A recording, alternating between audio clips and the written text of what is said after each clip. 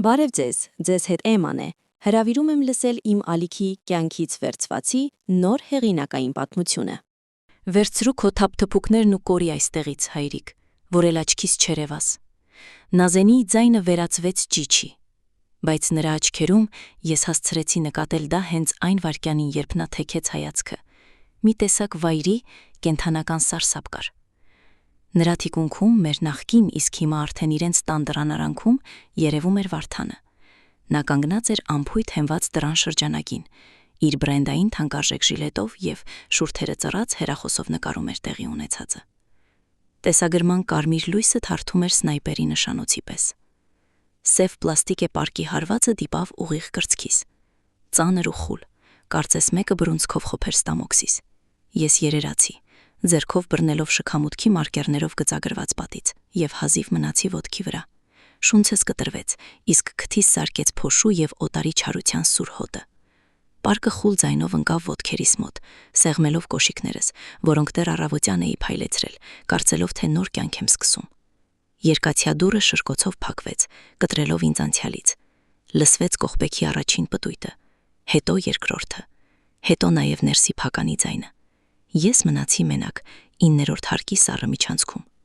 Լռությունը տիրեց ակնթարթորեն, որը խախտվում էր միայն վերելակի հեռավոր ձայնով և իմ խրպոտ շնչառությամբ։ Ես նայում էի պատի թափված կապույտ ներքին, հատակի կեղտոտ սալիկներին և ոտքերիս տակ գտնվող այդ սև պարկին։ 120 լիտրանոց, շինարարական ամուր պարկ։ Այդպիսի պարկերով են դուրս տանում շինարարական աղբը կամ էլ մարդու կյանքը, որը հանկարծ դարձել է ավելորդություն։ Ես 68 տարեկան եմ։ Անունս Պողոս Ասատրյանն է։ Ունեմ բարձրագույն տեխնիկական կրթություն, 40 տարվա ստաժ հաստոցաշինական գործարանում, պատվոգրեր և աջ-ծնկի արթրիտը, որը միշտ ցավում է ձյունից առաջ։ Իսկ հիմա ես այլևս տուն չունեմ։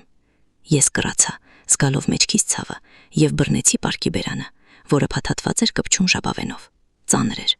մոտ 15 կիլոգրամ։ Ինչ էր լցրել մեջը։ Իմ հին սվիտերները, լուսանկարների ալբոմները, որտեղ մենք երիտասարդ ու երջանիկ էինք ծաղկաձորում, թե ուղղակի ինչ-որ իրեր վերջին անգամ նվաստացնելու համար։ Վերելակը չէր աշխատում, կանչի կոճակը դեռ 90-ականներից վարված էր ու սևացած, փտած ատամի պես։ Ստիպված էի բեռը աստիճաններով իջեցնել։ Դանդաղ էի իջնում, աստիճան առ աստիճան։ Երրորդ հարկում տապակած ձկան և ինչ-որ մեկի անհույս լվացքի հոտներ։ Երկրորդում ինչ-որ մեկը էժանագին սիգարետ էր ծխում, և ծուխը կախված էր օդում։ Դուրս գալով շքամուտքից ես լիաթոք շնչեցի հունվարյան սառը օդը։ Բակը այնքան խիտ էր շարված մեքենաներով, որ միայն կողքով էր հնարավոր անցնել։ Իմ հին մուգ բալագույն Նիվան, իմ հավատարիմ ընկերը, կանգնած էր մի անիվով մայթին բարձրացած։ Բացեցի բեռնախցիկը, գցեցի պարկը ներս։ Այն ընկավ գործիքների արքխի և հակասառեցուցիչի կողքին։ Նստեցի ղեկին, բայց չէի շտապում շարժիչը միացնել։ Ձեռքերս դողում էին։ Ոչ թե ցրտից, այլ այն կպչուն նվաստացուցիչ զգացողությունից, որ լինում է, երբ քեզ հարվածում են, իսկ դու չես կարողանում պատասխանել։ Նայեցի հետին տեսադաշտի հայելուն։ Այնտեղից ինձ էր նայում մի ալեհեր ծերուկ, ծեծված շան աչքերով։ Դե ինչ, Պողոս, ասացի արտացոլանքիս բարձրաձայն։ Ձայնս օտար էր հնչում։ Խաղացիր, օգնեցիր ճղելներին։ Բարդաչոքից հանեցի սիգարետի տուփը, վառեցի։ Կրակը լուսավորեց սրահը, ընդգծելով Սուրբ Նիկողայոսի սրբապատկերը, որը Գայանեն էր փակցրել 10 տարի առաջ։ Գայանե, եթե նա տեսներ սա հիմա, եթե տեսներ, թե ինչպես է մեր Նազենին, մեր արքայադուստրը, մեր հպարտությունը, հորը դուրս շպրտում ցրտին, ինչպես մի անտուն շան։ Ես փակեցի աչքերս ու հենվեցի նստատեղին, որպեսի հասկանամ, թե ինչպես հայտնվեցի այս կետում, ձմռանը քաղաքի ծայրամասում, իրերով լցված մեքենայի մեջ։ Պետք է ժապավենը հետ տալ։ Ոչ թե 1 ժամով, ոչ թե 1 օրով, այլ ուղիղ 1 տարով։ Այն օրը, երբ մեր տանը ժամանակը կանգ առավ։ Ամեն ինչ սկսվեց հոգեհացից, ավելի ճիշտ այն լռությունից, որը հաջորդեց դրան։ Գայանեն չկար փետրվարից։ Սիրտը։ Ինֆարկտ։ Շտապօգնությունը խցանումների պատճառով 40 րոպե ուշացավ։ Մենք միասին ապրել էինք 42 տարի։ Գիտեք, դա այնպիսի ժամկետ է, երբ դուք արդեն 2 տարբեր մարդիկ չեք, այլ մի միասնական օրգանիզմ։ Նա իմ հիշողությունն էր, իմ խիղճը, իմ ընթրիքը սեղանին և իմ արդուկած շապիկը։ Իսկ ես նրա պատն էր, նրա ձեռքերը, նրա վստահությունը վաղվա օրվա հանդեպ։ Եվ ահա, պատերը փլվեցին։ Հոգեհացը տանն արեցինք հին ավանդույթով, Երևանի կենտրոնի մեր բարձր առաստաղներով, ձեփապատկերներով տանը, որտեղ մանրահատակը յուրահատուկ ձայնով ճռում էր, եթե շեմին ոտք էիր դնում։ Սեղանները բացեցինք, հարևանները եկան, գործարանի հին ընկերներս, հեռու բարեկամներ։ Խմում էինք առանց բաժակները խփելու, լուր։ Հիշում էինք, թե Գայանեն ինչպիսի տնային տնտեսուհի էր, ինչպես էր կաղամբով կարկանդակներ թխում։ Նազենին նստած էր կողքիս, սևազգեստ, հյուծված, արցունքոտ աչքերով։ Նա բռնել էր ձեռքս, եւ նրա ափը սառներ ու խոնավ, իսկ դիմացը նստած էր Փեսաս, Վարդանը։ Նա իրեն պարկեշտ էր պահում, հյուրերին օղի էր լցնում, խոհանոցից ուտելիք բերում, բայց ես որսում էի նրա հայացքը։ Նա նայում էր ոչ թե ինձ, սքացող ամուսնուս, այլ պատերին, առաստաղին, կաղնե բահարանին։ Նա գնահատում էր։ Նրա փոքրիկ խորը նստած աչքերում, որոնք միշտ փախչում էին, կարծես փնտրելով, թե որտեղ ինչն է վատ դրված, հիմա հաշվի չէր միացել։ Երբ հյուրերը գնացին եւ տանը տիրեց այդ բամբակյա խուլի էռությունը, մենք մնացինք երեքով խոհանոցում։ Նազենին սպասքներ լվանում, ես նստած էի սեղանի մոտ, դատարկ բաժակը ձեռքումս պտտելով։ Հայրիկ, սկսեց Վարդանը, հենվելով պատուհանագոգին։ Նա սիրում էր կյանքի տիրոջ այդ կեցվածքները։ Դու ո՞նց ես ընդհանրապես։ Գուցե գնաս միտեղ հանգստանալու, նյարդերդ բուժես։ Ջերմուկում լավ տարբերակներ կան։ Ինձ ոչինչ պետք չէ, փնթմթացի ես։ Ինձ ուղղակի խաղաղություն է պետք։ Խաղաղությունը հասկանալի է, գլխով արեց նա, թեյը խմելով Գայանեի սիրելի բաժակից։ Դրանից սիրտս խառնեց, բայց լռեցի։ Միայն թե քեզ համար այստեղ դժվար կլինի մենակ։ Տունը հսկայական է, 80 քառակուսի։ Զմրան կոմունալները որ գան սարսափելու են։ Թոշակը դիհարթե վետերանի է, բայց ինչու փողերը քամուն տալ։ Նազենին դադարեցրեց ափսեների ձայնը։ Նա քարացավ, մեջքով դեպի մեզ եւ ուսերը լարվեցին։ Ինչ ես ակնարկում, Վարդան։ Ես ծանր հայացքով նայեցի նրան։ Դե ոչ մի բանի, ուղակի բարձրաձայն մտածում եմ։ Մենք Նազենիի հետ մեր մեկ սենյականոցում աջափնյակում իրար գլխի ենք ապրում։ Վարդան, կտրուկ շրջվեց Նազենին։ Խնդրում եմ, հիմա չէ, մայրիկը դեռ չի սառել։ Իսկ ինչ սպասենք, նա ուսերը թոթվեց։ Կյանքը շարունակվում է, Նազենի։ Այդ երեկո ես դրան նշանակություն չտվեցի, բայց սերմը գցված էր։ Հաջորդ 3 ամիսները վերածվեցին մենակության տանջանքի։ Ես թափառում էի դատարկ տանը, ինչպես ուրվական։ Խոսում էի Գայանեի լուսանկարի հետ, միացնում էի հեռուստացույցը, որ ուղակի մարդկային ձայն լսեմ։ Գիշերները չէի քնում։ Լսում էի, թե ինչպես է պատիժամացույցը բարձր ու անգութ հաշվում իմ ժամանակը։ Նազանին շաբաթը մի անգամ էր գալիս, ուտելիք էր բերում, արագ հավաքում ու փախչում։ Նա աշխատանք ուներ, հաշվետվություններ։ Ես տեսնում էի, որ նա տանջվում է, նա ինձ սիրում էր, ես դա գիտեի, բայց նա նրա ազդեցության տակ էր։ Վարդանը նա շատ կպչուն է։ Նա կարողանում է մտնել հոգու մեջ, գտնել թույլ տեղը եւ սեղմել, մինչև չստանա իր ուզածը։ Մայիսին նրանք երկուսով եկան։ Կիրակի էր։ Ես բոր չէի եփում, ինչպես Գայանեն էր սովորեցրել, բայց այն միևնույն է անհամեր ստացվում։ Պողոս, խոսելիք կա։ Վարդանը անգամ հայրանունով չդիմեց։ Նա մտավ հյուրասենյակ։ Տիրոջ պես նստեցին բասկաթորին։ Մենք Նազենիի հետ մտածել ենք։ Մի սխեմա կա, հաստատուն։ Նազենին նստեց բազմոցին, հայացքը հատակին։ Նա ձեռքերով խաղում էր սփռոցի հետ։ Ինչ սխեմա։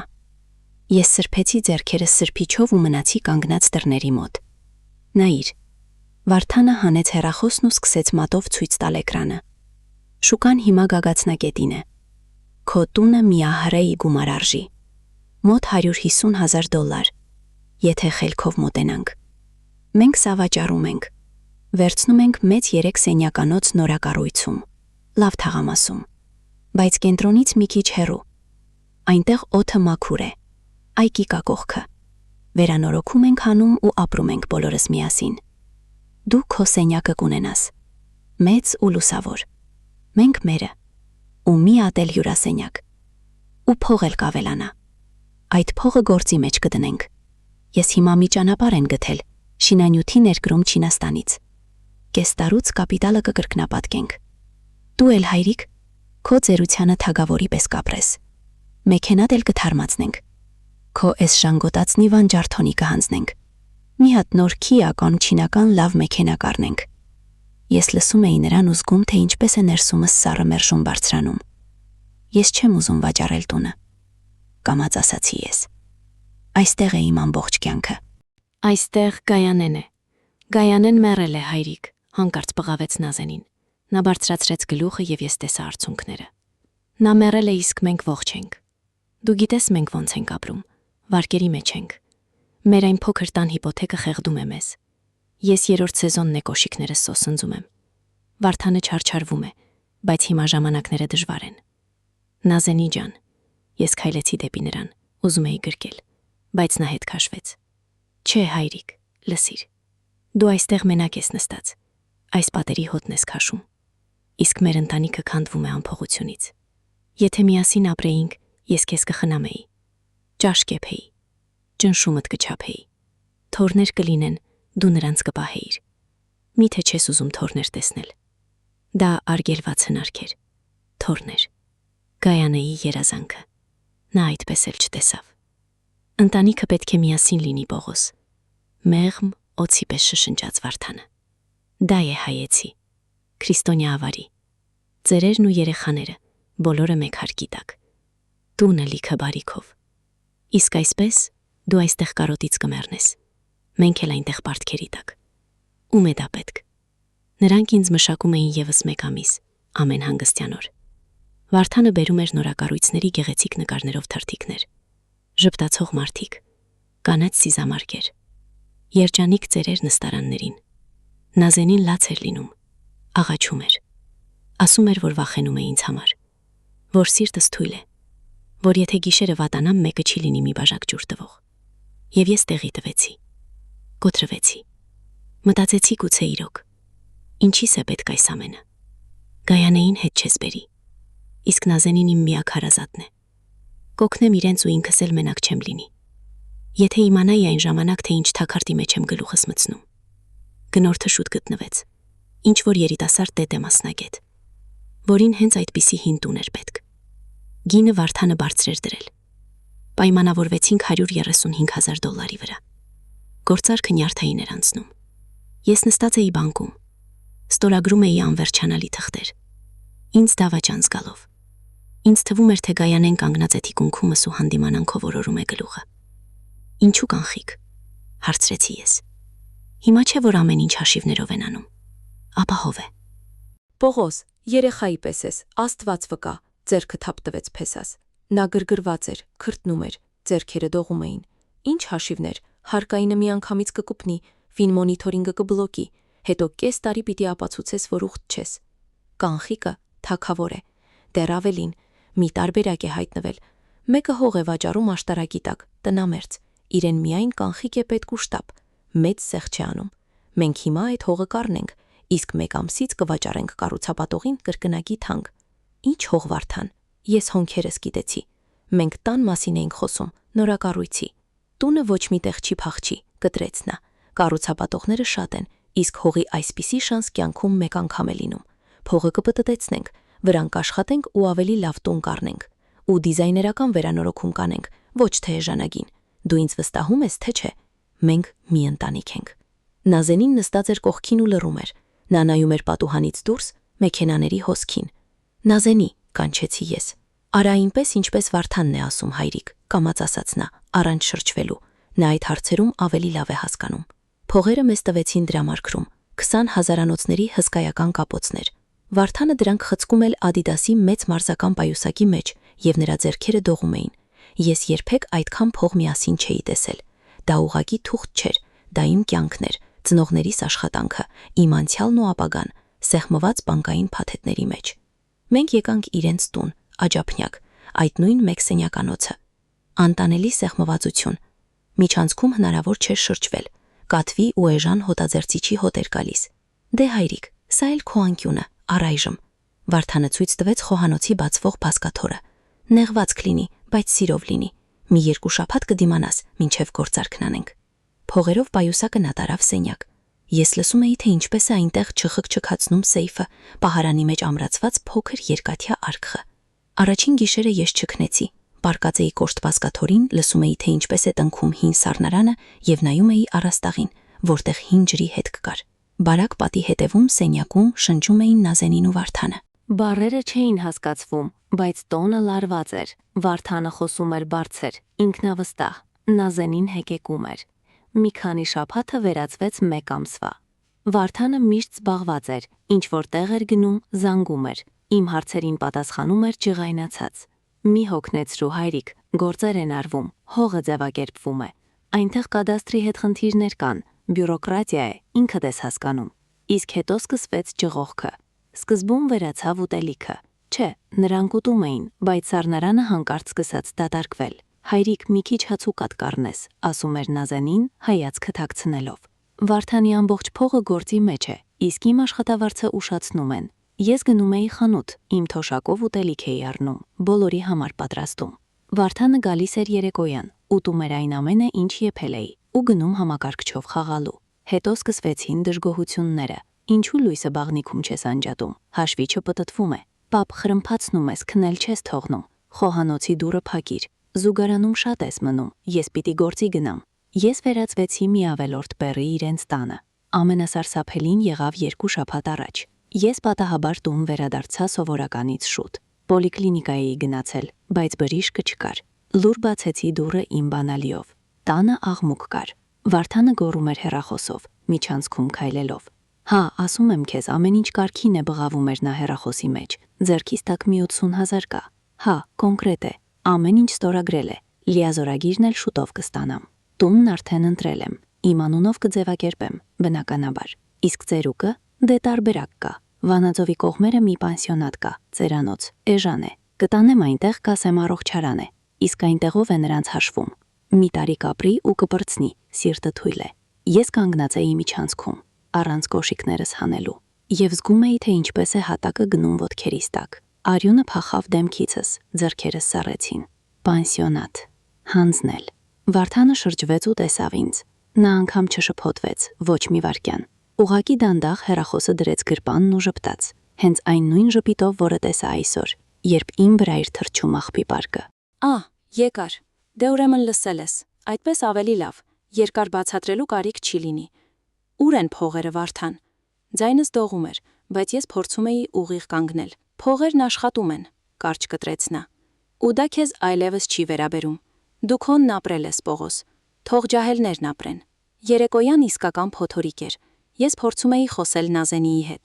Գոռում էի, թափահարում էի նրա ուսերը։ Նազենի, լսում ես ինչ է նա ասում։ Նա ուզում է ինձ ծերանոց հանձնել։ Նա գողացել է մեր փողերը, բայց Նազենին իրեն տարօրինակ էր պահում։ Նա պոկվեց ինձնից ու սկսեց ճչալ. «Ձեռք մի տուր ինձ, դու խելագարվել ես, գլուխդ արդեն չի աշխատում։ Վարդանը ամեն ինչ անում է մեզ համար։ Հանգիստ թող մեզ, հայրիկ, հեռացիր»։ Նա ինքան բարձր ու անբնական էր գոռում, կարծես վատ դերասան լիներ էժանագին սերիալում։ Նա աչքերը փախցնում էր դեպի առաստաղը, դեպի անկյունները, որտեղ թարթում էին խելացի տանտվիչները, որոնք Վարդանը ամենուր տեղադրել էր, իբր անվտանգության համար։ Եվ միայն այսօր առավոտյան ես հասկացա, թե ինչու էր նա այդպես գոռում։ Վարդանը գնաց ժամը 9-ին, որ մինչև վերադառնալս սա այստեղ չլինի, նետեց նա Նազենիին ցույց տալով ինձ։ Իրերը հավաքիր, տաքսի կանչիր մինչև կայարան, մի 2000 դրամ տուր, թող գնա գյուղ իր բարեկամի մոտ, թող այնտեղ մնա մինչև վերջ։ Հենց դուռը փակվեց նրա հետևից, Նազենին փոխվեց։ Նա չսկսեց լաց լինել կամ ներողություն խնդրել։ Նա միացրեց երաժշտությունը ամենաբարձր ձայնով։ Ինչ որ էժանագին երգ այնպես էր թնդում, որ ապակիները դողում էին։ Նա վազեց դեպի ինձ, մատը սեղմեց շուրթերին։ Շշ, հետո վերցրեց աղբի մեծ սև պարկը։ Հայրիկ, նստիր ու լռիր, շշնջաց նա ականջիս երաժշտության ձայնը ծածկելով։ Ոչինչ մի հարցրու։ Նա սկսեց վազվզել տան մեջ, բացեց սեյֆը։ Նա գիտեր կոդը եւ սկսեց այնտեղից ամեն ինչ հանել։ Ոչ թե իրեր, այլ փողեր։ Փողի կապոցները նա նետում էր աղբի պարկի մեջ։ Վրայից գցեց ինչ-որ լաթեր, հին թերթեր, կոշիկի դատարկ տուփեր։ Ես նայում էի այդ ամենին, ոչինչ չհասկանալով։ Հետո նա անջատեց երաժշտությունը։ Դեմքը նորից դարձավ քարե ու չար։ Հավաքվիր, գոռաց նա արդեն բարձրաձայն խելացի տան համար։ Ես այլևս մտադիր չեմ հանդուրժել քո արարքները։ Նա ինձ դուրս հրեց շքամուտք, ձեռքս տվեց այդ պարկը, եւ հենց այդ պահին վերելակից դուրս եկավ վերադարձած Վարդանը։ Նա փաստաթղթերն էր մոռացել։ Այն ամենը, ինչ տեղի ունեցավ աստիճանների վրա, աղջիկաս հանճարեղ իմպրովիզացիաներ։ Ես բացեցի աչքերս։ Սիգարետը վառվել էր մինչև վերջ ու այրեց մատներս։ Ես ցնցվեցի, մոխրամանի մեջ գցեցի մնացորդը։ Դրսում բուք էր սկսվում։ Ձյան փաթիլները ընկնում էին Նիվայի դիմապակուն ու վերածվում արցունքների։ Ես նորից նայեցի հետևի նստատեղին դրված սև պարկին։ Միթե սիրտս սկսեց արագ պապախել։ Ես ձգվեցի հետ, բռնեցի պարկը, պոկեցի կպչուն ժապավենը։ Քթիս զարկեց հին թղթի եւ բանկային ներքի հոտը։ Ճմրթված թերթերի ու հին լաթերի մեջ դրված էին դրանք 20,000-անոցների ու 5,000-անոցների կապոցները, շատ։ Իսկ վերևում տետրից պոկված մի թուղթ, երանկյունաձև ծալված։ Ես բացեցի այն դողացող մատներով։ Նազենիի ձեռագիրը շտապողական էր ու կտրտված, տարերը թրջկոտում էին։ Հայրիկ ջան, հարազատս, ներիր ինձ, ես չգիտեի ինչպես ասել։ Նա ամենուր տեսախցիկներ ու լսող սարքեր է դրել։ Նա սպառնում էր, որ եթե մի բառ ասեմ քեզ հետ մի սարսափելի բան կանի, վթար կսարքի կամ կթունավորի։ Նա սարսափելի մարդ է, հայրիկ։ Ես գախնի ամուսնալուծության դիմում եմ տվել։ Սա Սեյֆի ամբողջ փողն է, վերցրու ու գնա։ Շտապ գնա գյուղ, Բարթուշ մորաքրոջ մոտ։ Նա այնտեղ չի գա, նա գյուղից վախենում է։ Այնտեղի տեղամասային տեսուչը քո ընկերն է։ Ես կգամ հենց կարողանամ պոկվել։ Ես քեզ սիրում եմ, ինձ դավաճան չհամարես։ Փախիր։ Ես նամակը 2 անգամ կարդացի, հետո 3։ Կոկորդս սեղմվեց։ Արդյունքները, տաք, չար, տղամարդու արդյունքները հոսեցին այն տերովս։ Նա չի դավաճանել։ Իմ աղջիկը, իմ Նազենին, նա հաղթեց նրան, նա փրկեց ինձ։ Ես սրբեցի դեմքս հին բաճկոնիս թևքով, նայեցի 9-րդ հարկի պատուհաններին, այնտեղ լույս էր վառվում։ Ես պատկերացրեցի, թե ինչպես է Վարդանը հիմա բացում սեյֆը, ինչպես է տեսնում դատարկությունը, ինչպես է սկսում վազվզել, ինչպես առնետը տակառի միջ։ Չարությունը անցավ։ Մնաց միայն սառը, հնչեղ վճռականությունը։ Ես պտտեցի բանալին։ Նիվան մի քիչ հազաց, փրշտաց, բայց միացավ, հաճույքով մռլրտալով։ Հին ձինակոսը չի փչացնի։ Ես միացրի առաջին փոխանցումը։ Դե ինչ Վարդան, ասացի ես կամաց, բակից դուրս գալով դեպի ձյունոտ մթությունը։ Շախ եւ մատքես, այ գործարար։ Արջևում ճանապարհներ, երկար, ձմեռային հայկական ճանապարհը, բայց հիմա ես գիտեի, թե ուր եմ գնում, եւ գիտեի, որ այնտեղ ինձ սպասում են։ Քաղաքից դուրս եկող ճանապարհը նման էր փախուստի, ձյունը ուժեղանում էր, դարձնելով մայրուղին մի սպիտակ անվերջություն։ Նիվայի ապակի մաքրողները աշխատում էին սահմանի վրա, ճռալով մաքրելով թաց ձյունը։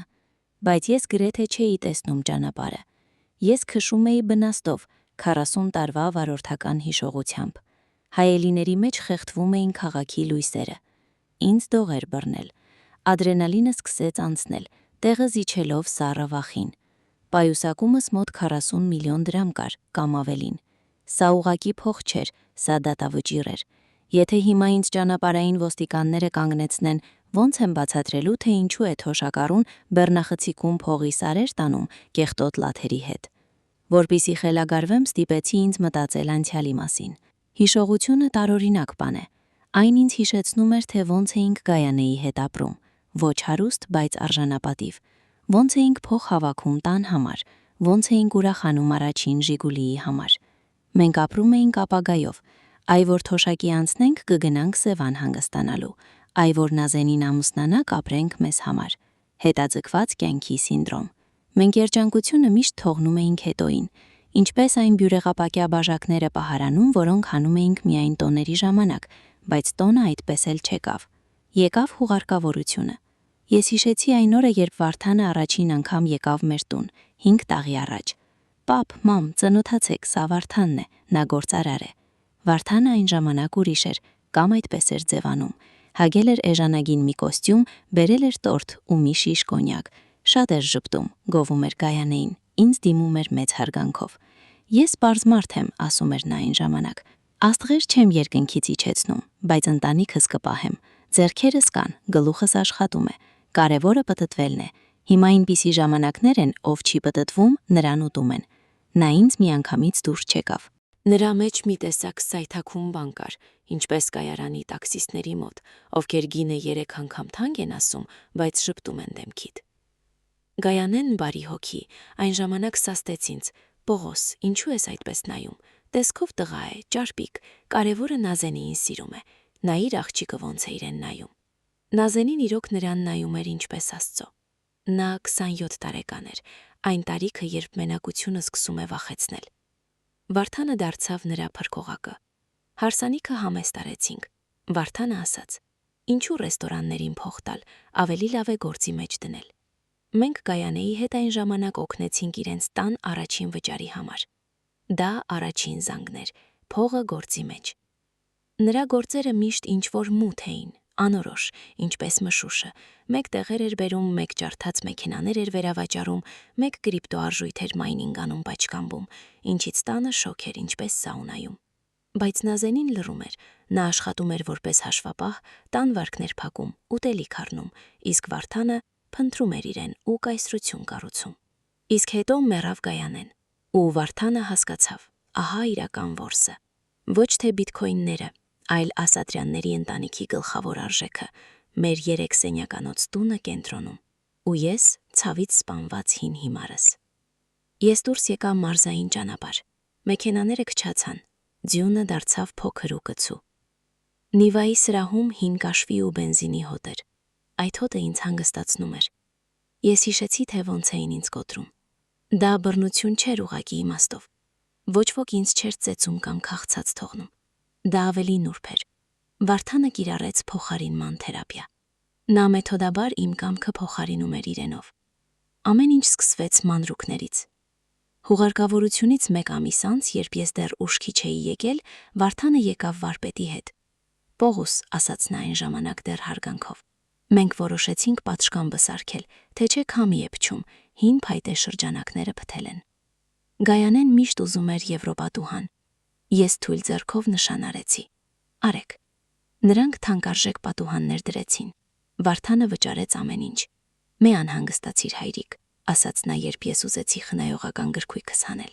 Մենք մերոնքով են։ Հետո նա փոխեց ծորակները, հետո բերեց նոր հեռուստացույց, հսկայական էկրանով, որը շատ օտար էր նայվում մեր 5 գորգերով տանը, որ լուրերը լավ որակով նայես, աչքով արեց նա։ Ես երախտագիտություն էի զգում, մտածում էի, տես ոնց է հոգ տանում տղան, իզուր էի վատը մտածում։ Նազենին էլ էր ուրախանում, տեսնում ես հայրիկ ինչ հոգատար է նա, բայց ամեն նվերի հետևից գալիս էր թակարդը։ Պողոս, էն հեռուստացույցը ապառիկով էի վերցրել, մի քիչ չեմ հասցնում, ասում էր Վարդանը մի շաբաթ անց։ Կարող ես մի 50,000 տալ մինչև աշխատավարձս։ Ես տալիս էի, 100 էլ էի տալիս։ Նա երբեք հետ չէր տալիս։ Պապ, մենք ընտանիք ենք, բյուջեն ընդհանուր է, ասում էր Նազենին, երբ ես ամաչելով հիշեցնում էի պարտքի մասին։ Մենք չէ որ քո պատուհանները փոխեցինք։ Ամռանը ես հայտնվեցի տարօրինակ վիճակում։ Ես ապրում էի իմ տանը, բայց ինձ այլևս տեր չէի զգում։ Վարդանը կարող էր գալ առանց զանգի,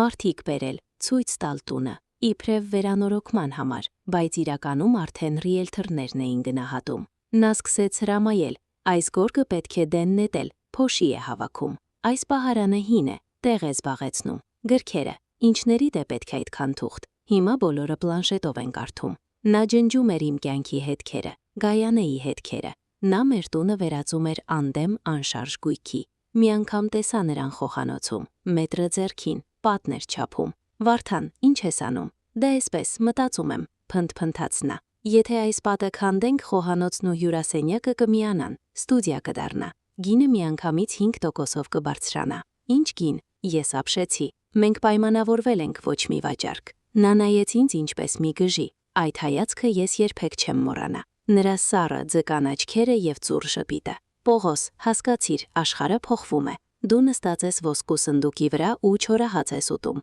Դա հիմարություն է։ Դա տնտեսապես նպատակահարմար չէ։ Տնտեսապես նպատակահարմար չէ։ Ահա թե ինչպես էր հիմա կոչվում մարդու կյանքը։ Այն ժամանակ ես առաջին անգամ փորձեցի ընդվզել։ Զանգեցի Նազենիին։ Աղջիկս, վերցրու նրանից բանալիները։ Ես չեմ ուզում, որ նա առանց քեզ այստեղ գա։ Նազենին եկավ երեկոյան։ Գունատ էր, ձեռքերը դողում էին։ Հայրիկ, ինչու ես այդպես անում։ Վարդանը լավն է ուզում, նա մեր համար է չարչարվում։ Նրա մոտ հիմա դժվար շրջան է, բիզնեսը ձախողվել է, պարտքեր ունի։ Եթե մենք նրան չօգնենք, նրան կարող են սպանել։ Նա լաց եղավ ու ես նորից կոտրվեցի։ Սպանել բառը կախարդական ազդեցություն ունեցավ։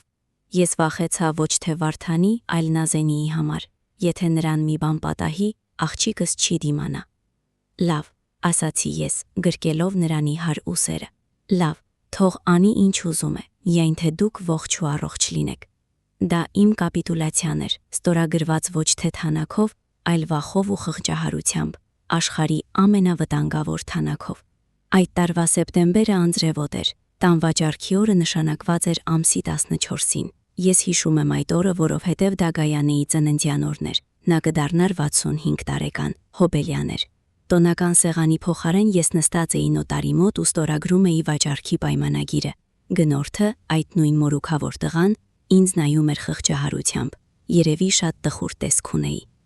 Վստահ եք, հարցրեց նա կամաց, մինչ Վարդանը մյուս սենյակում փողերն էր հաշվում։ Երևում է, որ սա պատմություն ունեցող տուն է, ափսոս է այսպիսի տունը տալ։ Վստահ եմ, ստեցի ես, ուզում եմ բնությանը մոտ լինել, ծերություն է գիտեք։ Վարդանը փայլում էր։ Նա նման էր այն կատվին, որը ոչ միայն թթվասերն է կերել, այլև ընկել է թթվասերի տակառի մեջ։ Վերջ հայրիկ, խփեց նա ուսիս, երբ դուրս եկանք բանկից ծանր պայուսակով։ Հիմա կապրենք, հիմա մենք թագավոր ենք։ Մենք գնացինք իրենց տուն, աջափնյակի այդ մեկ սենյականոցը։ Ես մտա տուն ու հոտը ինձ սարքեց։ Օտար, անհարմար կենսաղի հոտ։ Միջանցքում թափված էին կոշիկներ, կախիչին բաճկոնների սար, անկյունում կատվի արկղը, որը վաղուց չէին մաքրել։ Դե տեղավորվիր, Վարդանը ձեռքով ցույց տվեց խոհանոցը։ Ահա քո պալատները։ Բասկաթորը բացել եմ, բարձն ու վերմակն այնտեղ են։ Նորմալ է արշավային ձևով։ Նա փողերով պայուսակը տարավ սենյակ ու դուռը փակեց։ Ես մնացի 6 քառակուսի մետրոց խոհանոցում։ Նստեցի հին մաշված բասկաթորի եզրին։ Պատուհանից այն կողմ աղմկում էր ճանապարհը, լույսերի անվերջ հոսքով։ Սեղանին դրված էր կեղտոտ մի բաժակ չորացած սուրճի հետքերով։ Հայրիկ, ինչու ես այդպես անում։ Վարդանը լավն է ուզում, նա մեր համար է չարչարվում։ Նրա մոտ հիմա դժվար շրջան է, բիզնեսը ձախողվել է, պարտքեր ունի։ Եթե մենք նրան չօգնենք, նրան կարող են սպանել։ Նա լաց եղավ ու ես նորից կոտրվեցի։ Սպանել բառը կախարդական ազդեցություն ունեցավ։ Ես վախեցա ոչ թե Վարդանի, այլ Նազենիի համար։ Եթե նրան մի բան պատահի, աղջիկս չի դիմանա։ Լավ, ասացի ես, գրկելով նրանի հար ուսերը։ Լավ, թող անի ինչ ուզում է, միայն թե դուք ողջ ու առողջ լինեք։ Դա իմ կապիտուլացիան էր, ստորագրված ոչ թե թանակով, այլ վախով ու խղճահարությամբ, աշխարհի ամենավտանգավոր թանակով։ Այդ տարվա սեպտեմբերը անձրևոտ էր, տան վաճառքի օրը նշանակված էր ամսի 14-ին։ Ես հիշում եմ այդ օրը, որովհետև դա Գայանեի ծննդյան օրն էր։ Նա կդառնար 65 տարեկան, հոբելյան էր։ Տոնական սեղանի փոխարեն ես նստած էի նոտարի մոտ ու ստորագրում էի վաճառքի պայմանագիրը։ Գնորդը, այդ նույն մորուքավոր տղան, ինձ նայում էր խղճահարությամբ։ Երևի շատ տխուր տեսք ունեի։ Վստահ եք, հարցրեց նա կամաց, մինչ Վարդանը մյուս սենյակում փողերն էր հաշվում։ Երևում է, որ սա պատմություն ունեցող տուն է, ափսոս է այսպիսի տունը տալ։ Վստահ եմ, ստեցի ես, ուզում եմ բնությանը մոտ լինել, ծերություն է գիտեք։ Վարդանը փայլում էր։ Նա նման էր այն կատվին, որը ոչ միայն թթվասերն է կերել, այլև ընկել է թթվասերի տակառի մեջ։ Վերջ հայրիկ, խփեց նա ուսիս, երբ դուրս եկանք բանկից ծանր պայուսակով։ Հիմա կապրենք, հիմա մենք թագավոր ենք։ Մենք գնացինք իրենց տուն, աջափնյակի այդ մեկ սենյականոցը։ Ես մտա տուն ու հոտը ինձ սարքեց։ Օտար, անհարմար կենսաղի հոտ։ Միջանցքում թափված էին կոշիկներ, կախիչին բաճկոնների սար, անկյունում կատվի արկղը, որը վաղուց չէին մաքրել։ Դե տեղավորվիր, Վարդանը ձեռքով ցույց տվեց խոհանոցը։ Ահա քո պալատները։ Բասկաթորը բացել եմ, բարձն ու վերմակն այնտեղ են։ Նորմալ է արշավային ձևով։ Նա փողերով պայուսակը տարավ սենյակ ու դուռը փակեց։ Ես մնացի 6 քառակուսի մետրոց խոհանոցում։ Նստեցի հին մաշված բասկաթորի եզրին։ Պատուհանից այն կողմ աղմկում էր ճանապարհը, լույսերի անվերջ հոսքով։ Սեղանին դրված էր կեղտոտ մի բաժակ չորացած սուրճի հետքերով։ Ես հանկարծ ֆիզիկապես զգացի, թե ինչպես իմ կյանքը սեղմվեց մինչև այս բասկաթորի չափսերը։ Ես չունեի իմ անկյունը, չունեի իմ պահարանը։ Իմ իրերը, մի երկու ճամպրուկ, դրված էին միջանցքում, խանգարելով անցուդարձին։ Ճամպրուկները պաչկամբ կհանես, գոռաց Վարդանը սենյակից։ Կողքով անցնել չի լինում։ Ես վեր կացա ու հնազանդ տարա ճամպրուկները պաչկամբ։ Այնտեղ սառներ ու խոնավ։ Այնտեղ թափված էին հին անվադողեր, ներկի ամաններ, կոտրված դահուկներ։ Հիմա այնտեղ էր նաև իմ կյանքը։ Նույն օրը երեկոյան ես լսեցի նրանց խոսակցությունը։ Պանելային շենքերում պատերը թղթի պես բարակ են։ Վարդան, ինչու կանխիկ, շշնջում էր Նազենին։ Ձայնը վախեցած էր։ Դա վտանգավոր է, 60 միլիոն դրամ տանը պահել հիմար ես Նազենի։ Վարդանի ձայնը հարբած էր ու կոպիտ։ Ինչ վտանգ։ Սեյֆը հուսալի է, հատուկ պատվերով եմ բերել։ Իսկ բանկում դրանք կերևային, հիմա խառը ժամանակներ են, ամեն ինչ վերահսկվում է, իսկ կանխիկը ազատություն է։ Վաղը հողի ձևակերպումն եմ սկսում։ Աշտարակի տակ մի հող կա պատկերացրու, մարդը շտապում է, պետք է երկրից փախչի, ձրի գնով տալիս է։ Մենք այդ հողը մի ամսից 3 անգամ թանկ ծախենք։ Իսկ հայրիկը կամաց հարցրեց Նազենին. Դու խոստացել էիր նրան տուն առնել։ Խոստացվածին 3 տարի են սպասում, ծիծաղեց Վարդանը։ Կդիմանա ծերուկը, իրեն շատ բան է պետք, մի աման ճաշ ու հեռուստացույց։ Թող ուրախանա, որ դեռ ծերանոցում չէ, չնայած ես հետաքրքրվել եմ, լավ տարբերակներ կան։ Ես կարծես եռման ջրի տակ ընկած լինեի, պարկած էի բասկաթորին, ծածկված փշոտ վերմակով ու կծում էի շուրթերս, որ չկորամ։ Ուրեմն այսպես, ուրեմն ոչ մի նորակառույց էլ չկար, ոչ մի միասին, կար պլան, ծերուկին ուտիլիզացնելու պլան։ Ես վեր կացա, մոտեցա պատուհանին։ Ներքևում բակի մթությունն էր։ Միտք եղավ բացել պատուհանն ու քայլ անել։ Ուղղակի քայլ անել ու ռեր չտալ այս վարսին։ Գայանեն ինձ այնտեղ կդիմավորեր, կբարկանար իհարկե, թուլությանս համար, բայց այդ պահին խոհանոց մտավ Նազենին։ Նա գիշերանոցով էր բոկոտն, մազերը խառնված։ Նա տեսավ, որ ես կանգնած եմ պատուհանի մոտ ու քարացավ։ Լապտերի լույսի տակ ես տեսա նրա դեմքը։ Դրա վրա չկար այն անտարբերությունը, որ նա ցույց էր տալիս ամուսնու ներկայությամբ։ Դրա վրա տանջանք էր։ Նա մոտեցավ ինձ, բռնեց ձեռքերս։ Նրա ափերը սառույց էին։ Նա նայեց սենյակի դռանը, համոզվեց, որ փակ է, եւ շուրթերը խփեց ականջիս։ Հայրիկ, հազիվ լսելի շշնջաց նա։ Դիմացիր, խնդրում եմ, դիմացիր։ Ես մի բան կմտածեմ։ Երդվում եմ քեզ։ Հիմարություն չանես։ Նազենի, ես նայեցի նրա աչքերին։ Դու գիտեիր։ Նա փակեց աչքերը ու արցունքները հոսեցին այտերով։ Ես հողի մասին չգիտեի։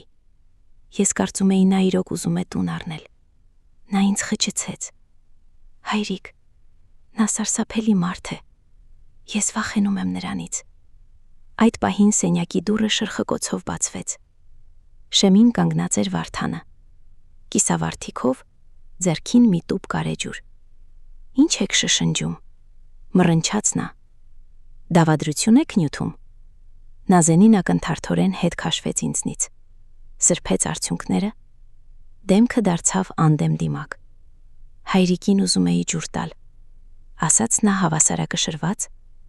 անկենթան ձայնով։ Ճնշումը բարձրացել էր։ Ճնշում, ծաղրեց Վարդանը։ Դեղերդ խմիր ծերուկ, ու գնա քնիր։ Վաղը ծանր օր է։ Հողն ենք գնալու նայելու։ Քեզ էլ կտանեմ, որ չմտածես, թե քեզ գցում եմ։ Քո անունով կձևակերպենք, քանի որ այդքան անվստահ ես։ Նա ստում էր։ Ես դա տեսնում էի նրա աչքերից։ Բայց գլխով արեցի։ Լավ Վարդան։ Բարի գիշեր։ Հաջորդ օրը գնացինք հողը նայելու։ Դա քաղաքից դուրս մի ամայի տարածք էր։ Լիքը աղբով,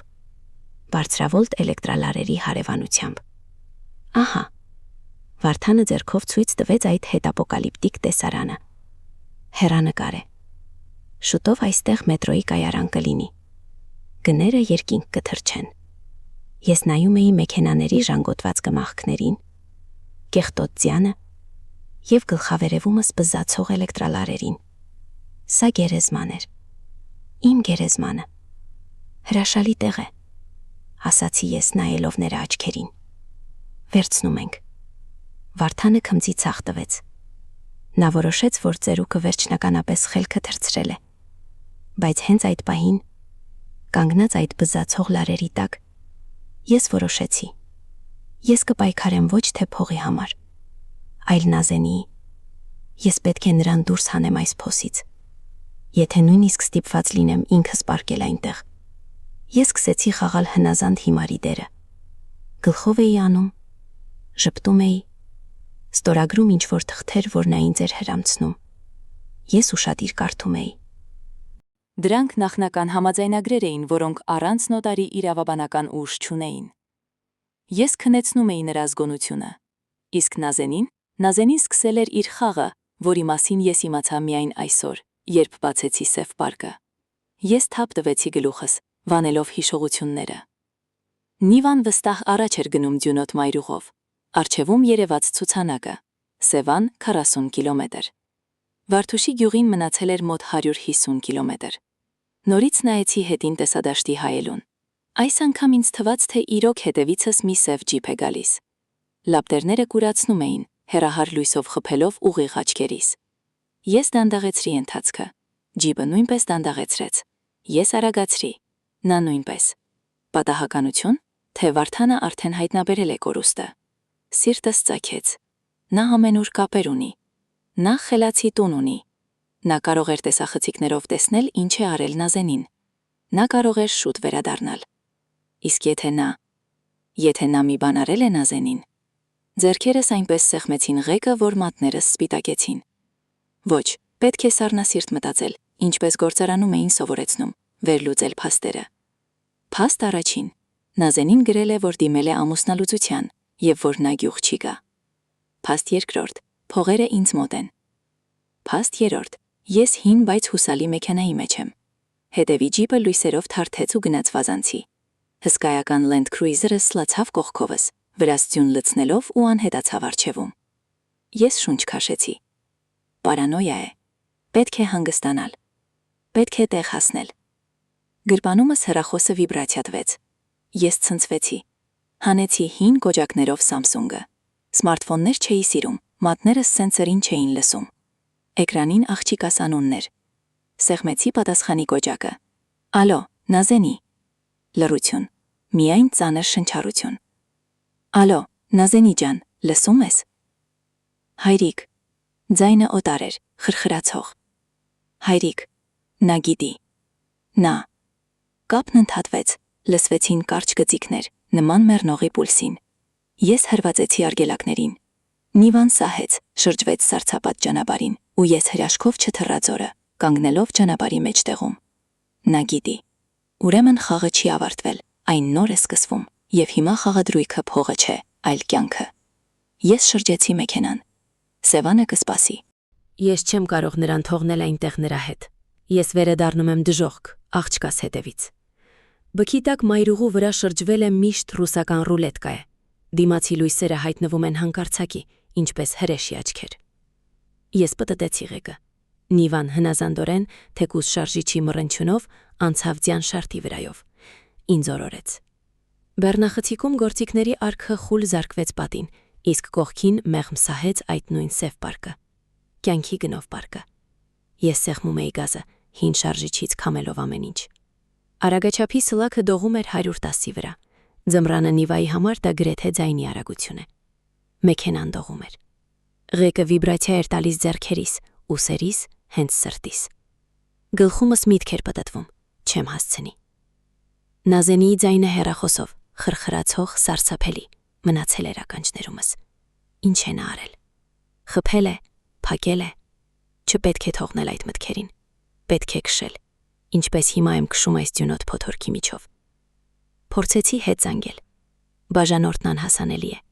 Իհարկե։ Նա վերցրել է հեռախոսը, կամ ջարդել։ Մինչև քաղաք 40 կիլոմետր է։ 40 կիլոմետր սառց է դժոխք։ Միացրի ռադիոն, որ գոնե մի քիչ լռեցնեմ գլխի սաղմուկը։ Խշշոցների միջից լսվեց լուրերի հաղորդավարի ձայնը։ Ուժեղ ձյուն տեղումներ հանրապետության ողջ տարածքում։ Ճանապարհներին տեսանելիությունը ցածր է։ Երևանի մուտքերի մոտ մեծ խցանումներ են։ Խցանումներ։ Քաղաքը կանգնած է։ Ուրեմն ես կճեղքեմ մայթրեով, բակերով, արտաճանապարհներով։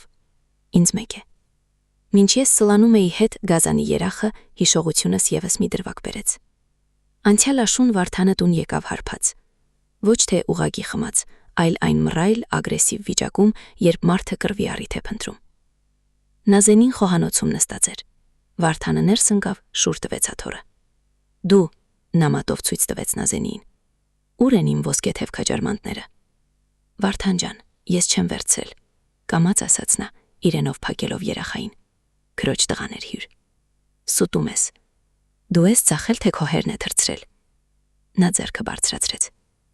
Ես այդ ժամանակ սենյակում էի, լսեցի ճիչը։ Վազեցի դուրս։ Տեսա նրա բարձրացրած ձեռքը, ու մեջս մի բան փոխվեց։ Հին գործարանային դաստիարակությունը։ Ես բռնեցի նրա ձեռքը։ Չհամարձակվես, ասացի ես կամաց։ Նա նայեց ինձ պղտոր աչքերով։ Դու ով ես, ծերուկ։ Դու այստեղ ոչ մեկ ես, սա իմ տունն է, ես ձեզ բոլորիդ։ Նա հրեց ինձ, ես ընկա, հարվածեցի կողքիս սեղանի անկյունին։ Առավոտյան մի հսկա կապտուկ կար։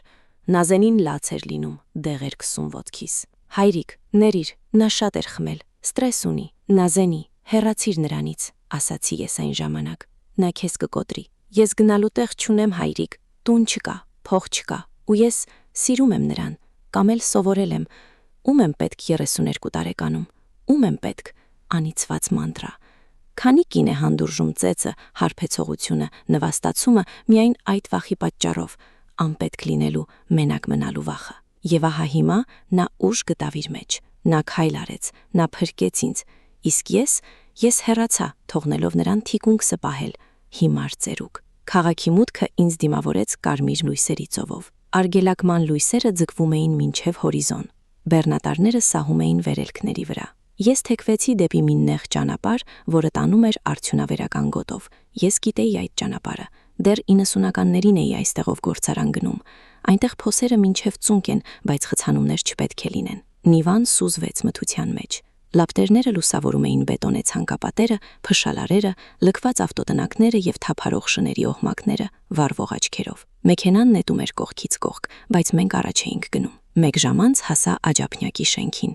9-րդ հարկի պատուհանները մութ էին, դա ամենավատն էր։ Մթությունը անորոշություն է։ Ես անջատեցի շարժիչը բակի մի մութ անկյունում, տրանսֆորմատորային կրպակի հետևում, հանեցի բանալին։ Ինչ անել փողերի հետ։ Մեքենայում թողնելը վտանգավոր է, հետը ստանելը խելագարություն, որոշում կայացրի։ Բեռնախցիկից հանեցի պահեստային անիվի հին յուղուտ պատյանը, փողերով պարկը խցկեցի դրա մեջ, վրայից մի քանի բանալի ու լաթեր գցեցի ծանրության ու ձայնի համար։ Հիմա դա նման էր ուղակի հին անիվի կամ թափթփուկի։ Այդ կապոցը գցեցի հարևանությամբ կանգնած մի հին բեռնատարի տակ, որն արդեն 2 տարի էր տեղից չէր շարժվելու, կպել էր հողին։ Ձյունը 5 րոպեում գծածկի, ոչ ոք չի գտնի։ Շքամուտք մտա հարևաններից մեկի հետ։ Վախտս բերեց, դոմոֆոնը ջարդելու կարիք չեղավ։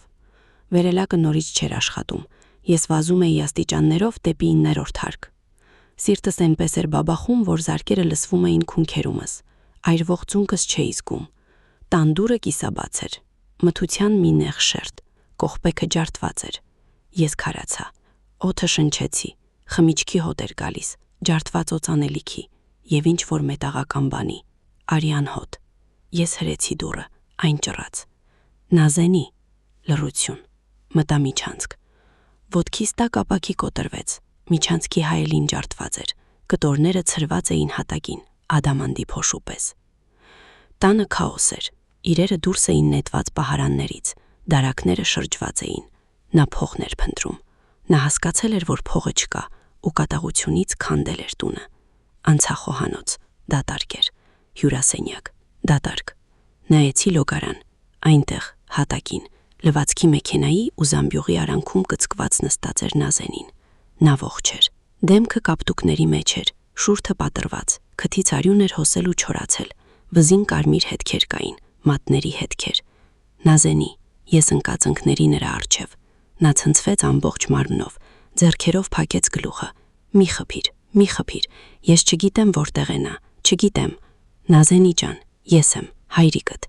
Նա դանդաղ իջեցրեց ձեռքերը, մի աչքը ուռած էր, մյուսը նայում էր ինձ այն նույն վայրի վախով, որը կամաց փոխարինվեց ճանաչումով։ Հայրիկ, շշնջաց նա, դու վերադարձար, ինչու, նա քեզ կսպանի։ Ուր է նա, հարցրեցի ես խիստ։ Գնաց մոտ 20 րոպե առաջ,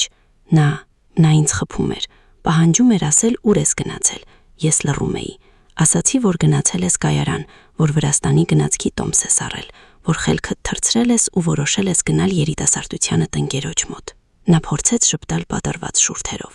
Ես ստում էի, հայրիկ, ինչպես դու ես սովորեցրել, մինչև վերջ։ Իսկ նա հավատաց կամ ձևացրեց։ Նա վերցրեց հեռախոսս, լեփթոփս, ասաց, որ մեքենայիդ համարներով քեզ կգտնի տեսախցիկներով, ոստիկանությունում ծանոթներ ունի։ Հայրիկ, նա քեզ կգտնի, գնա, հենց հիմա։ Ես գրկեցի նրան։ Նա թեթև էր, ինչպես թռչնակը, ու դողում էր։ Մենք միասին կգնանք, ասացի ես։ Վեր կաց։ Չեմ կարող, ոտքս։ Նայեցի ոտքին։ Կոճը ուռել էր կապտել, կամ կոտրված էր, կամ ուժեղ ոլորված։ Ոչինչ, ես քեզ կտանեմ։ Փոքր ժամանակ քեզ քնած 5-րդ հարկ էի բարձրացնում։ հիմա էլ կտանեմ։ Ես նրան վերցրի գրկումս։ Մեջքս սուր ցավ տվեց, բայց ես սեղմեցի ատամներս։ Դուրս եկանք տանից։ Դուռը չփակեցի, ինչ իմաստ ուներ։ Ներքևիչնելը մի հավերժություն տևեց։ Նազենին ամեն քայլից ցավից սեղմում էր ատամները։ Ես նրան ինչ-որ բաներ էի շշնջում։ Դիմացիր բալես, հիմա, քիչ մնաց։ Դրսում բուքը դարձել էր իրական մռիկ, տեսանելիությունը 0։ Նազենին նստեցրի Նիվայի արջևի նստատեղին։ Սուս նստիր, ես հիմա կգամ։ Սուզվեցի բեռնատարի տակ, հանեցի փողերով պարկը, նետեցի բեռնախցիկ ու նստեցի ղեկին։ Ուր ենք գնում հիմա, հարցրեց Նազենին։ Ատամները զարկվում էին իրար։ Սկզբում մասնավոր հիվանդանոց, քաղաքի մյուս ծայրում, որ առայժմ առանց ոստիկանության լինի, իսկ հետո կմտածենք։ Ես միացրի մեքենան, ու հենց այդ պահին լույսերը լուսավորեցին մեքենայի առջև կանգնած կերպարին։ Վարդանը։ Նա կանգնած էր մեզնից 5 մետր հեռավորության վրա, ոտքերը լայն բացած։ Ձեռքին մետաղյա լոմ կար։ Նրա կողքին կանգնած էին ևս 2 հսկա տղաներ, կաշվե բաճկոններով։ Դե բարև հայրիկ, լսեցի անգամ ապակու ու քամու միջից։ Հեռու էիր պատրաստվում գնալ։ Նա ժպտում էր։ Նա գիտեր, որ ես կվերադառնամ։ Նա սպասում էր։ Տան քաոսը ծեծված Նազենին, դա խայծ էր, ու ես հիմար ծերուկս կուլ տվեցի այդ խայծը։ Հայրիկ, շշնջաց Նազենին, դռները փակիր, հրամայեցի ես, սեղմելով կենտրոնական փականը։ Ամուր բռնվիր։ Ես միացրի առաջին փոխանցումը, սեղմեցի գազն ու արգելակը միաժամանակ, շարժիչը տաքացնելով։ Նիվան մռնչաց, ինչպես վիրավոր գազան։ Վարդանը դադարեց շպտալ։ Նա բարձրացրեց լոմը։ Դուրս եկարա, գոռաց նա։ Դուրս եկ բարիով, փողերը դուր։ Բարիով չի լինի Վարդան, շշնջացի ես։ Կլինի արդարությամբ։ Ես կտրուկ բաց թողեցի կցորդիչը։ Նիվան առաջ թռավ ոչ թե սպորտային մեքենայի պես, այլ ինչպես ծանր երկաթե արտուկ։ Արջևի բամպերս ուշեղացված էր, պատրաստված հաստ մետաղից։ Սովետական ինժեների ևս մեկ սովորություն։ Վարդանը չէր սպասում։ Նա կարծում էր ես կվախենամ։ Ծերուկ, մտավորական, թոշակառու։ Ինչ կարող եմ անել։ Բայց նա մոռացել էր, որ ես 40 տարի աշխատել եմ արտադրամասում, որտեղ տանկերի դետալներ էին սարքում, եւ որ ես կորցնելու ոչինչ չունեմ, աղջիկանիցս բացի։ Նա վերջին պահին թռավ կողք, սահելով սառույցի վրա։ Լոմը զարկվեց մեքենայի թիքեղին, թողնելով խորը հետք, բայց չկոտրեց ապակին։ Հսկաներից մեկը փորձեց թռչել մեքենայի վրա, բայց ես կտրուկ թեքեցի ղեկը ձախ, եւ նա թռավ ծինակույթի մեջ։ Հարված։ Մենք բամպերով շպրտեցինք աղբամանը, որը փակում էր ելքը, կայծեր, պլաստիկի ջրոց։ Ամուր բռնվիր, գոռացի ես։ Մենք բակից դուրս թռանք պողոտա։ Հետևում տեսա, թե ինչպես են միանում սև ջիպի լույսերը։ Հետապնդում։ Հիմա դա ուղակի վարել չէր, դա պատերազմ էր։ Ես այս թաղամասն ավելի լավ գիտեի, քան նա։ Ես եմ կառուցել այս թաղամասը։ Ես գիտեի ամեն մի անցում, ամեն մի կամար։ Ես թռա գծերի վրայով ճանապարհը կտրելու համար։ Նիվան այնպես ցնցվեց, որ ատամներս իրար սարկվեցին։ Ջիպը, ծանր ու դժվարաշարժ Land Cruiser-ը, խրվեց ռելսերի արանքում, սահելով թացցյան մեջ։ Դա մեզ առավելություն տվեց։ Մոտ 3 րոպե, ոչ ավել։ Հայրիկ, արյուն է հոսում, ասաց Նազենին։ Ձերքս տարաճակատիս, հարվածից պատրվել էր։ Մենք պտտվում էինք աջափնյակի նրբանցքներով։ Նազենի, ուշադիր լսիր, ասում էի ես, աչքս ճանապարհից չկտրելով։ Բարտաչոքում մի հին հեռախոս կա։ Nokia է ուրիշ քարտով։ Այն գյուղի համար էի հարել։ Վերցրու այն։ Զանգիր գնելին։ Որ գնելին։ Իմ ծառայակցին։ Նա հիմա մի մեծ հիմնարկի անվտանգության պետ է։ Ասա գաղտնաբառը, Sirius։ Նա կհասկանա։ Ասա որտեղ ենք։ Թող դիմավորի։ Նազենին դողացող մատներով փորփրեց բարտաչոկը։ Գտավ։ Զանգեց։ Ալո գնել։ Նազենինն է Ասադրյանի աղջիկը։ Հայրիկն ասաց Sirius։ Այո, մենք Դեմիրճյանի երա ենք։ Հետևիցս ընկած են։ Սև ջիպ է։ Այո, հասկացա։ Նա ցած դրեց հեռախոսը։ Ասաց քշիր դեպի Հրազդան մարզադաշտի հետևի լքված տարածքները։ Այնտեղ իր տղաներն են։ Հին մարզադաշտ, ամայի տարածքներ, որտեղ դեռ մութ ու խուլանկյուններ կային։ Ես գլխով արեցի։ Ջիպը նորից երևաց հայելիների մեջ։ Նա հասնում էր։ Տոյոտայի հազոր շարժիչն ընդդեմ իմ 80 ձիաուժի։ Ուղիղ ճանապարհին ես շանս չունեի, բայց շին հրապարակների լաբիրինթոսում ես թեքվեցի մի տարածք։ Արգելապատնեշը բարձրացված էր, պահակը քնած էր, Մենք սլանում էինք բետոնե սալերի ու արմատուրաների արանքով։ Ջիպը հետևիցս էր, կուրացնելով լույսերով։ Նա մեզ հիմա կխփի, ճչաց Նազենին։ Հարված հետևի բամպերին։ Նիվան շպրտվեց կողքի։ Ես ուղեցի մեքենան։ Եվս մի հարված, ավելի ուժեղ։ Գլուխս ցնցվեց, վիզս ճռռաց։ Արջևում փակուղի էր, բետոնե պատ։ Վերջ, տեղ հասանք, շշնջաց Նազենին։ Ջիպը կանգնեց հետևում, փակելով ելքը։ Դռները բացվեցին։ Վարդանը ու երկու հսկաները դանդաղ դուրս եկան։ Ձեռքերին ինչ-որ մուտք բաներ կային, զենք կամ մահակներ։ Դե վերջ հերոսներ, կինոն պրծավ, գոռաց Վարդանը։ Դուրս եկեք, նայեցի Նազենիին։ Նստիր այստեղ, դուրս չգաս, մինչև չասեմ։ Հայրիկ ոչ, ես բացեցի դուռը։ Դուրս եկա, կանգնեցի մեքենայի առջև, փակելով աղջկաս։ Ձեռքումս սեղմել էի այն նույն գրպանի դանակը, որով բացել էի պարկը։ Ծիծաղելի զենք, 3-ի դեմ, բայց ես չէի պատրաստվում հանձնվել։ Վարդանը մոտեցավ, դեմքը ծռված էր կատաղությունից։ Մեքենաս քերեցիր, այ հին ժանգ, փսփսաց նա։ Ես քեզ հիմա հատ-հատ կմորթեմ։ Փորձիր, ասացի ես։ Նրանք շարժվեցին դեպի ինձ, ու հանկարծ լույս, պայծառ կուրացնող լույսը հարվածեց նրանց թիկունքին։ Վերևից, կիսակառույց շենքի տանիքից եւ կողքերից, բետոնե սալերի հետևից մռնչացին շարժիչները։ Մթությունից դուրս եկան 3 սև միկրոավտոբուսներ առանց համարների։ Նրանք շրջապատեցին ջիպը եւ մեզ։ Մեքենաներից թափվեցին դիմակավորված ու համազգեստով մարդիկ, առանց ավելորդ խոսքերի, կոշտ ու պրոֆեսիոնալ։ Դեմքով դեպի հատակը, հատուկ ջոկատն է աշխատում, զենքերը ցած։ Վարդանը քարացավ։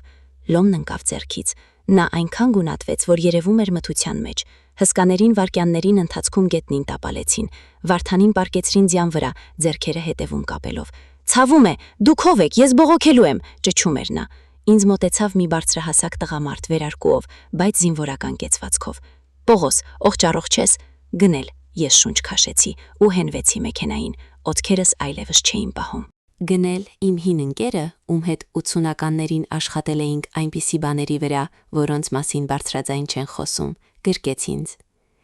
Իսկական բայեգիկ ես սարքել։ Նազենին ժամանակին զանգեց։ Մենք հենց կողքի օբյեկտն էինք հսկում։ 2 րոպեում տեղ հասանք։ Ես նայում էի, թե ոնց են Վարդանին նստեցնում մեքենան։ Նա արդեն չէր կոռում, նա լաց էր լինում, քիթը քսելով ձյանը։ Ինչ կլինի նրա հետ, հարցրեցի ես։ Գնելը քմծիծաղ տվեց։ Նրա հետ լավ բան չի լինի։ Ասում են մեքենայի մեջ ոչ միայն մահակներ են գտել, այնտեղ ինչ-որ սպիտակ փոշի կա բարտաչոկում, մեծ չափերի։ Մի 15 տարի կնստի։ Իսկ այնտեղ, գոտում, այդպիսի գործարարներին արագ բացատրում են ինչն ինչոց է։ Ես մոտեցա Նիվային, բացեցի դուռը։ Նազենին նստած էր ձեռքերը կրծքին սեղմած ու նայում էր ինձ ահռելի աչքերով։ Վերջ աղջիկս, ասացի ես, ամեն ինչ ավարտվեց։ Անցավ 3 ամիս, ձյունը հալվեց, այս տարվա ապրիլը տաք էր։ Մենք նստած ենք փայտե տան պատշգամբում, ոչ թե Վարդուշի գյուղում, այլ Դիլիջանի մոտ մի փոքրիկ գյուղում։ Լավ տուն են գնել, գետի ափին, այն քողերով, որոնք մնացել էին։ 20 միլիոն դրամ մենք դրեցինք հաշվին, Նազենիի անունով, բայց այն պայմանով, որ նա կարող է հանել միայն 1 տարի հետո։ Թող մնան, թող սառչեն։ Մնացածը ծախսեցինք տան ու բուժման վրա։ Նազենին քայլում է մի քիչ կաղալով, կապանները երկար են լավանում, բայց աչքերը ուրիշ են, կենթանի։ Նա հեռավար աշխատանք գտավ, մի ՏՏ ընկերության հաշվապահությունն է անում։ Վարդանին դատեցին արագ ու խիստ, թմրանյութերն իրոք գտան նրա մոտ։ Իրոք կար, թե գնելը օգնեց, ես չարցրեցի։ Հողի հետ կապված խարդախություններն էլ ջրի երես դուրս եկան, տվեցին 8 տարի խիստ ռեժիմի բանդ։ Նազենին ամուսնալուծվեց հեռակա, մեկնիստով։ Ես նայում եմ գետին, սառույցներն արդեն գնացել են, ջուրը մուփ է ու արագ, ծնկներից նստած է մի շիկահեր կատու։ Մի շաբաթ առաջ էր եկել մեզ մոտ, անունը դրեցինք Չալո։ Հայրիկ, թե կխմես, գոռում է Նազենին խոհանոցից։ Կաղամբով կարկանդակների հոտ է գալիս, գրեթե ինչպես Գայանեի մոտ։ Կխմեն բալես, բեր։ Գրպանիցս հանում եմ հին լուսանկարը։ Գայանենը ծիծաղում է, աչքերը կկցած սարերի արևից։ Տեսնում ես Գայանե ջան, շշնջում եմ ես։ Ստացվեց մեզ մոտ։ Դուրս հանեցի մեր աղջկան, ու ինձ էլ հանեցի։ Կյանքը տարօրինակ բան է։ Երբեմն այն քեզ հարվածում է աղբի պարկով գլխից,